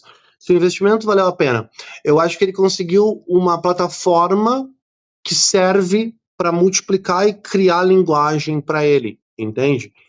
ela é menor que outras, sim, tudo bem, mas ela cria conteúdo que outras plataformas reproduzem. Então, às vezes, tu tá lá no Instagram, tu tá lá no Pinterest, tu tá lá no Facebook, tu tá lá no WhatsApp e tá rolando coisas que são coisas do Twitter, que estão sendo reproduzidas dentro dessas redes. Agora, a outra coisa, e essa é uma tese que eu teria que ter mais tempo, eu acho que a outra questão do X pro Musk é que ele serve também como uma espécie de rastro, que ele consolida em grande medida o que é produzido no X as bitcoins. Então, tanto que tu pode botar o teu perfil, a tua foto de perfil pode virar um NFT, tu pode comprar Dog pelo Twitter. O Dog consolida a mineração via Twitter, usa o Twitter para mineração. Então, esses processos, eles acabam consolidando o ecossistema do Musk, né? E eu acredito também que o Musk sabia que muitos dos contratos dele com o governo federal podiam entrar na lupa se os democratas fossem eleitos. Sim. Agora não. Né? Agora, na realidade, a tendência é que o Starlink se torne ainda mais importante dentro dos Estados Unidos. Então, eu não sei se eu diria que o Twitter, né, ou a compra do Twitter compensou, mas eu acho que ela compensou no nível que o Musk entra dentro do debate público porque ele compra o Twitter. Ok? Isso eu diria. O Musk não teria a importância política que ele teve sem comprar o Twitter. Quando ele compra o Twitter, ele se torna um investidor na área de mídia, coisa que ele não era antes. E daí ele começa a entrar dentro da discussão política a partir disso. Não se esqueçam, pessoal, em 2020 o Musk apoiou o Biden. E ele não tinha esse mesmo cartaz político, ele era uma figura tipo, sei lá, o Zuckerberg, entende? Ou o próprio Gates. Tipo, tava meio que nos bastidores, ele não se colocava tão fortemente. Agora, no momento que ele compra o Twitter, ele começa a se apropriar de uma discussão política que o Twitter possibilita para ele que ele faça isso. Entende? Claro que isso coincide com também, sei lá, a quantidade de ketamina que esse cara tá usando, puta que pariu, viu? Então, é bizarro. Mas, nesse sentido, eu diria que valeu a pena para ele comprar o Twitter, porque sem o Twitter ele não teria, sem a compra do Twitter ele não teria conseguido uma plataforma que começou a servir para reproduzir a visão de mundo do Musk. O Musk tem tanto dinheiro, mas tanto dinheiro, que ele conseguiu comprar um ecossistema e condicionar esse ecossistema para consolidar a visão de mundo dele e ser um grande microfone para a visão de mundo dele. E claro, não ajuda que a mídia, obedientemente, passivamente, docilmente, mordeu a isca. Né? Mas mordeu, e cá estamos. Até porque era difícil de ignorar. Mas eu acho que o que eu estou te dizendo é que eu não discordo, viu? Eu não discordo que o investimento no Twitter compensou para o Musk. Não, é que compensar para o Musk, Fabrício, é uma coisa. Agora, eu dizer que foi game changer para as eleições, eu acho muito forte. Eu não. Eu acho muito forte. Eu não acho muito forte. Olha só, vamos lá. Quantas vezes a gente já falou isso? Fazer autópsia de eleição é olhar para a tripa de um animal e tentar inferir o que aconteceu. Tá? Então, tem vários meios de tentar explicar essa eleição. Mas o que eu diria é, se nós entendemos o Musk como uma figura importante para essa eleição, e eu acho que nós devíamos entendê-lo como uma figura importante dessa eleição, ele ser uma figura importante nessa eleição é sim predicado na compra do Twitter. Se ele não tivesse comprado o Twitter, se ele não tivesse feito esse processo de compra do Twitter, ele não teria esse cartaz, ele continuaria sendo nerdola lá do foguete, e ele não teria o mesmo cartaz que ele teve, ele não teria se credenciado como uma pessoa que estava dentro da discussão política, entende? Ele se credencia para essa discussão a partir da compra do Twitter. Antes disso ele não aparece tanto, mas quando ele compra o Twitter, ele focaliza o Twitter todo para reproduzir a visão de mundo dele. E daí, de forma muito hábil, ele consegue produzir várias coisas que legitimam ele como um ator político, que antes ele não era, pelo menos não era tão explicitamente. O empresário, um cara ligado a setor de tecnologia, num outro sentido, e passa a ser um magnata das comunicações. Porque, assim, o ponto mais nevrálgico aí que o Fabrício tocou, eu acho, é o seguinte: a gente era usuário e fomentador do Twitter, né? O antigo Twitter e do Aravante X, né? Mas tem um detalhe, a gente também é quem costuma se escudar atrás dessa questão do número pequeno de usuários, em relação às outras redes, é claro, mas tem que lembrar esse fator aí, né? Primeiro, sim, o melhor, né, olha só o que eu vou falar, o melhor jornalismo televisivo brasileiro hoje consiste em ficar lendo trending topics do Twitter, né, que é o da Globo News. O jornalismo dos outros países consiste muito em dar notinhas. Eu não sei se os outros países você tem um formato como o da Globo News, onde cada um abre o seu Twitter e começa a ler, né?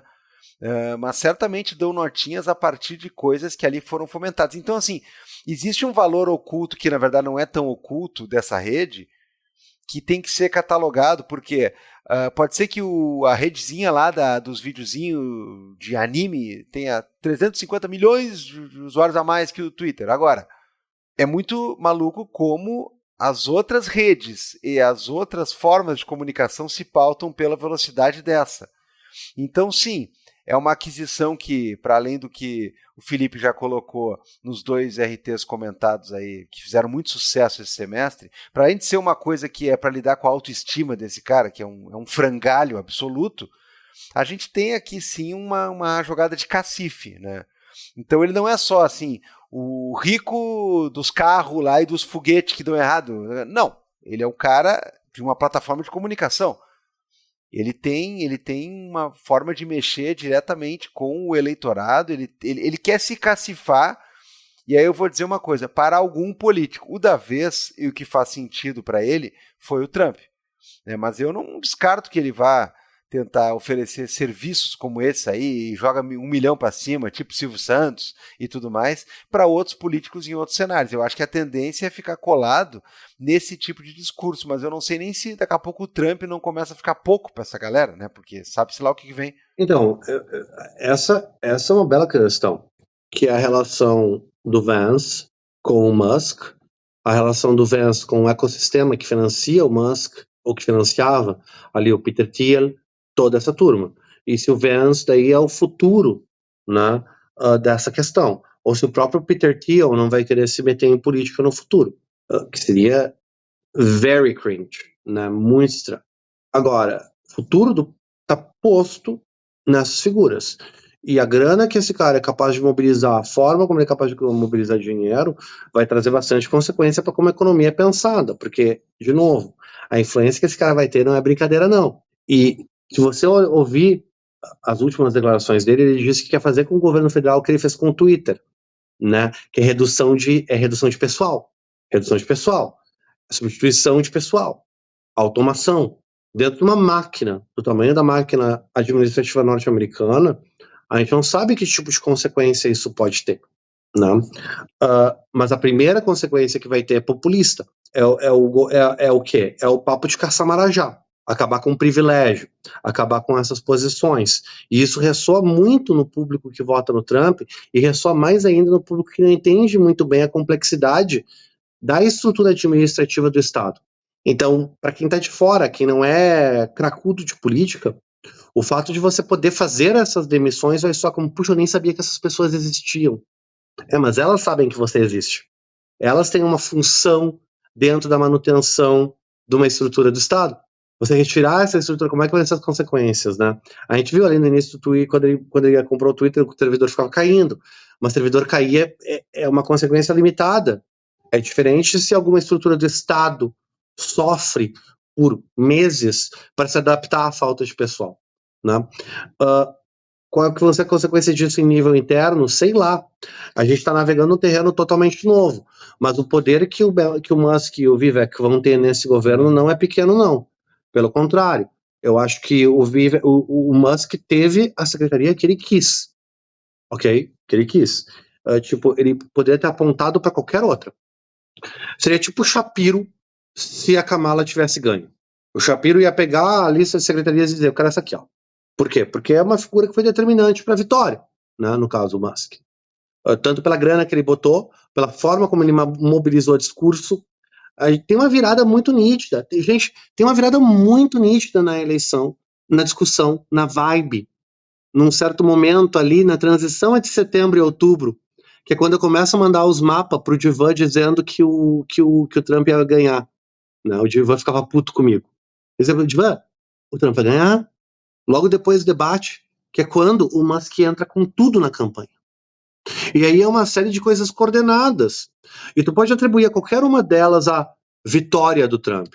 E tu pode atribuir a vitória do Trump simplesmente ao fato que a Kamala tinha questões intransponíveis para ter que superar.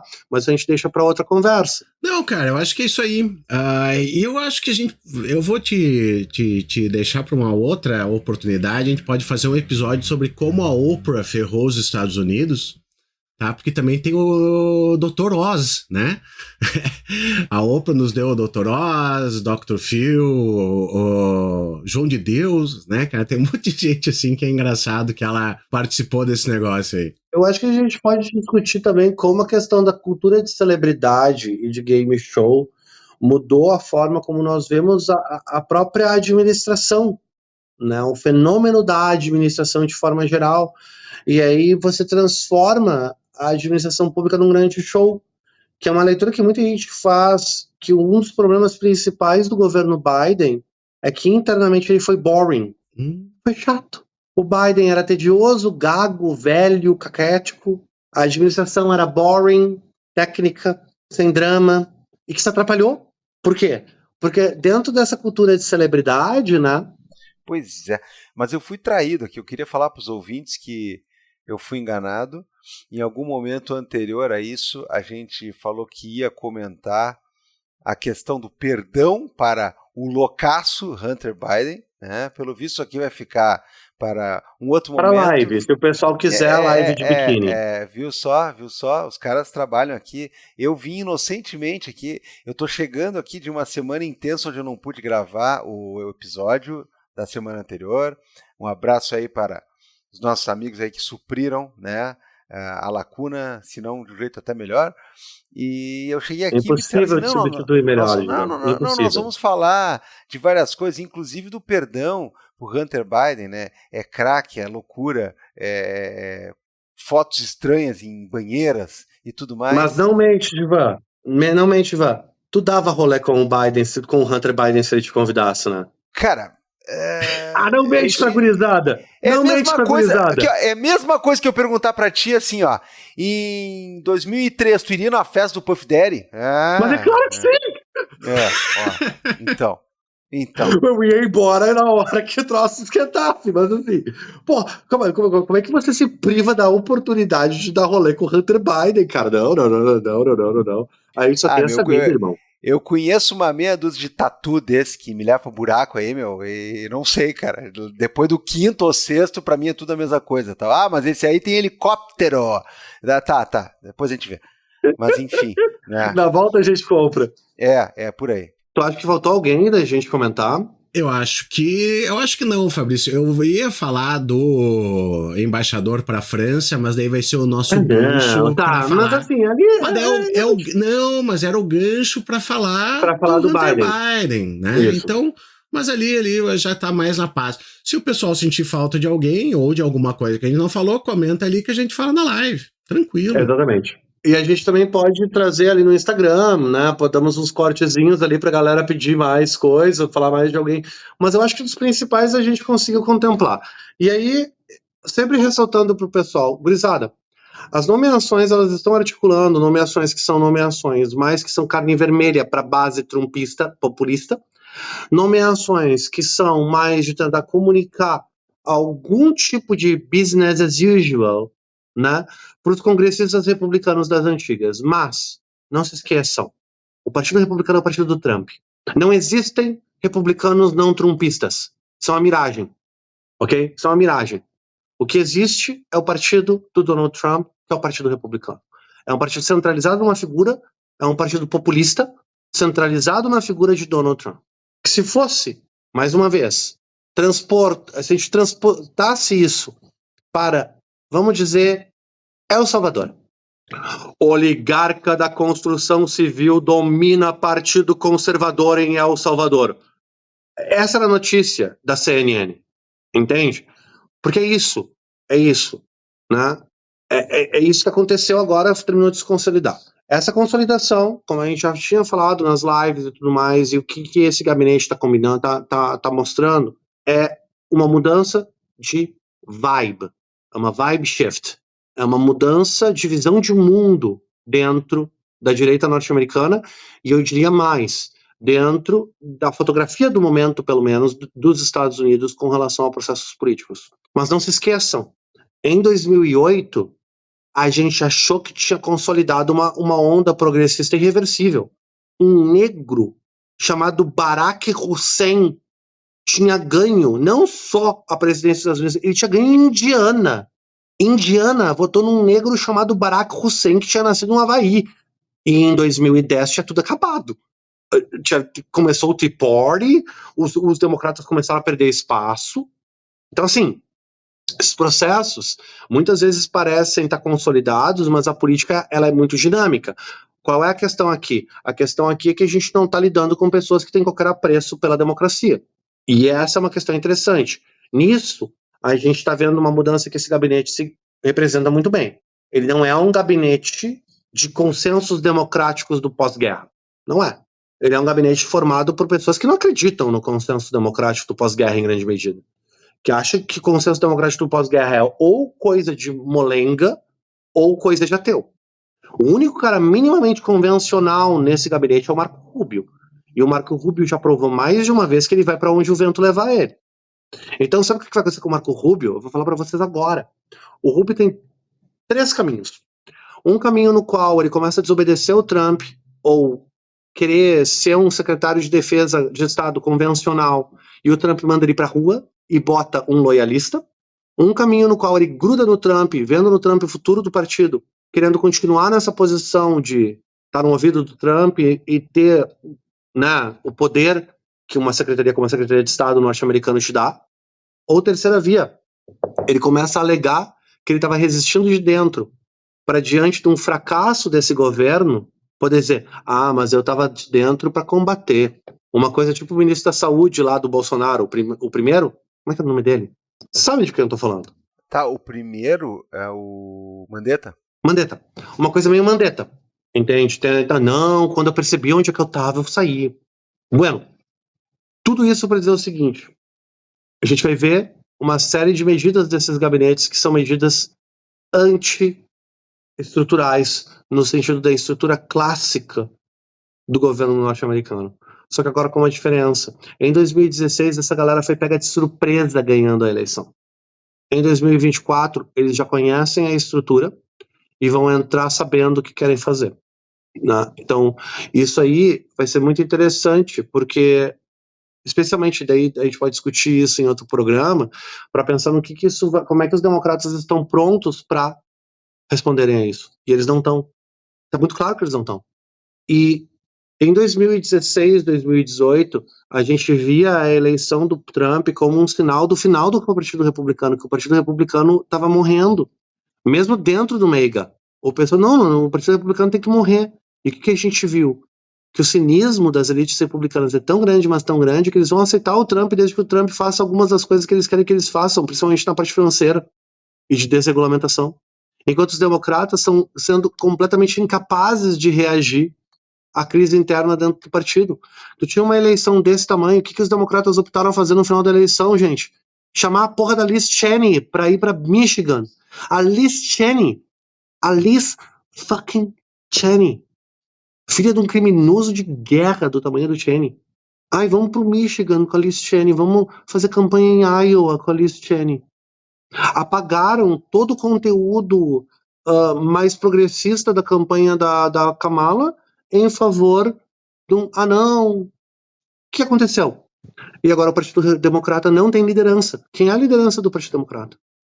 Por quê? Porque todo mundo foi pro buraco abraçado. Porque a alergia a dissenso, e aqui os Clintons e os Obamas têm muito mérito, tá? Tornou o partido incapaz de criar novas pessoas. E aí, meu amigo, os republicanos vão sambar. Por quê? Porque não tem uma oposição articulada. E esse gabinete, bom, vocês viram, né? É um gabinete que está pronto para sambar. Então, acho que essa seria a conclusão, assim, da nossa conversa para mim, Abalito. Divertidíssimo, Fabrício Ponti. Muito positivo, assim, né? Obrigado. Não, eu sempre gosto muito de terminar numa boa nota. Ótimo. Gabriel Divan, vamos para dicas culturais. E vamos para as dicas culturais, sempre com o oferecimento de O Artesão, pizzas para você assar em casa. Porto Alegre, região metropolitana ou Criciúma. Se você não está nessa faixa aí que pode pedir o Artesão e pedir com uma mamata espetacular que é não pagar a teleentrega, você vai lá nas redes sociais, tudo, principalmente a das fotos, e fica aí salivando com tudo que o Artesão oferece. Lembra de dizer que é ouvinte do Vira Casacas. E aí é o Fabrício que paga a teleentrega, como sempre. Ele já está com muito acumulado lá, já entrou no cheque especial de tanta teleentrega. Mas, enfim, dicas culturais que nós temos aí. O que o senhor tem, Felipe Abal? Caras, eu tenho um filme para indicar e para o nosso público e para vocês dois. Tá? Esse aqui eu tenho certeza que vocês vão achar pelo menos divertido, né? Não tô dizendo que é um grande filme de Oscar ou coisa assim, mas eu tava passando por aquele negocinho onde assisto filminhos e tarará. Eu gosto muito de entrar nos populares, porque às vezes tem um filme que eu não tava ligado, que ia sair e tal, e daí eu acabo, descobrindo por lá. E eu descobri esse filme aqui que se chama Kneecap. Vocês conhecem um grupo de hip hop irlandês chamado Kneecap? Menor ideia. Provavelmente não, porque assim, eles cantam em gaélico, né? Então é um negócio muito particular. E esse filme aqui é tipo, não é um documentário, então são eles mesmos fazendo o próprio papel. E é um filme muito engraçado, muito bacana, assim, sobre a história desse grupo, então, que acabou sendo composto por dois, rapazes que já se conheciam e faziam umas letras em gaélico e tal. O pai de um deles era do IRA, então ele se preocupava muito com a utilização da língua, que era anti-imperialista, etc e tal. E eles acabam formando, então, esse grupo com um cara que era professor de música na escola onde eles estudavam. Só que daí, assim, é muita droga, é muita loucura, é o anti-U2, tá? Se você quer, assim, eu preciso de um antídoto para o U2, é o Kneecap. E o filme é engraçado, o filme é divertido, o filme é muito bacana dentro das limitações de orçamento e tal deles. Então, assim, quero saber sobre esse grupo que canta rap em gaélico. Tá aqui, eu tenho a solução pra vocês, tá? Tá sério, assistam, é muito legal o filme, é muito bacana mesmo. Kneecap. Cara, que coisa inusitada, meu. Pois é, vou procurar. Não, esse eu vou procurar mesmo, porque além de ser rap, é a velha Irlanda, né?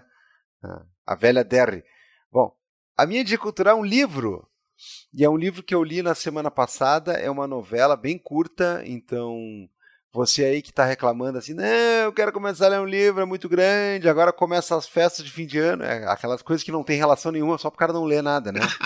Esse é curtinho, meu, e é porrada, velho, assim, o uso da linguagem, as descrições que se aproximam daquilo, talvez, que a gente aqui no Brasil estuda como naturalismo, né? A coisa que vai remeter a imagens, a sensações, a odores, a calor, a tudo mais. Olha, o jeito que essa moça usa a linguagem e descreve algumas coisas é uma das coisas mais de craque que eu já vi nos últimos tempos. Eu estou falando da autora mexicana Fernanda Melchor. E o livro que eu li em questão é Paradise. Na verdade, se escreve exatamente da jeito que se soletra, né? Que é para fazer, inclusive, uma ironia em relação à palavra em inglês, né? Paradise. E, velho, assim, impressionante. Eu vou dizer uma coisa que eu não sei se vai afastar algumas pessoas do livro, tá? Mas a descrição dessa figura, assim, que volta e meia, né? O pessoal já... Se você não cruzou com essa figura, você foi ela, lamento, né? A descrição que ela faz da amizade de dois jovens adolescentes, sendo um deles o gordinho nojento e punheteiro, é uma das coisas mais impressionantes. Já vi, é uma pessoa escrita, é uma pessoa real, assim. E, cara, a ação se passa num condomínio de luxo, numa das costas mexicanas, onde esses dois adolescentes eles se encontram, formam amizade. Tem uma questão de classe social bem interessante, definida. Tem uma série de críticas, algumas sutis, outras nem um pouco, a toda essa questão de sociedade, a toda a questão da possibilidade de melhorar de vida, a toda uma questão do tédio adolescente também, por que não? Assim, uma leitura que não passa em branco, cara. Paradise, Fernanda Melchor. Muito bacana, já tá anotado aqui, Gabriel Divan. Eu tô fazendo todas as anotações enquanto vocês falam. Fabrício, dá uma dica pro pessoal. Olha, gente, primeiro eu preciso confessar pra vocês que eu tô muito cansado. Não tenho conseguido ler como eu gostaria de ler. Eu comecei a ler o livro do Nick Cave, né? O Faith... não vou lembrar nem do título, tá? Mas eu comecei, eu ainda nem terminei. Parece bem interessante, mas não vou indicar ainda porque, né? Mas o que eu vou indicar e que tá me... Porque assim, ó, ultimamente eu chego em casa e eu só quero ver TV para desligar meu cérebro. E me surpreendeu muito essa série que tá no Netflix, que é do mesmo cara que fez The Good Place, do mesmo criador de The Good Place, chama Man Inside. E é com Ted Danson, né? É uma brincadeira com uma ideia de espionagem, mas na realidade também é sobre envelhecimento, sobre um monte de outras coisas. E eu tenho achado uma tese. Quarto ato falho.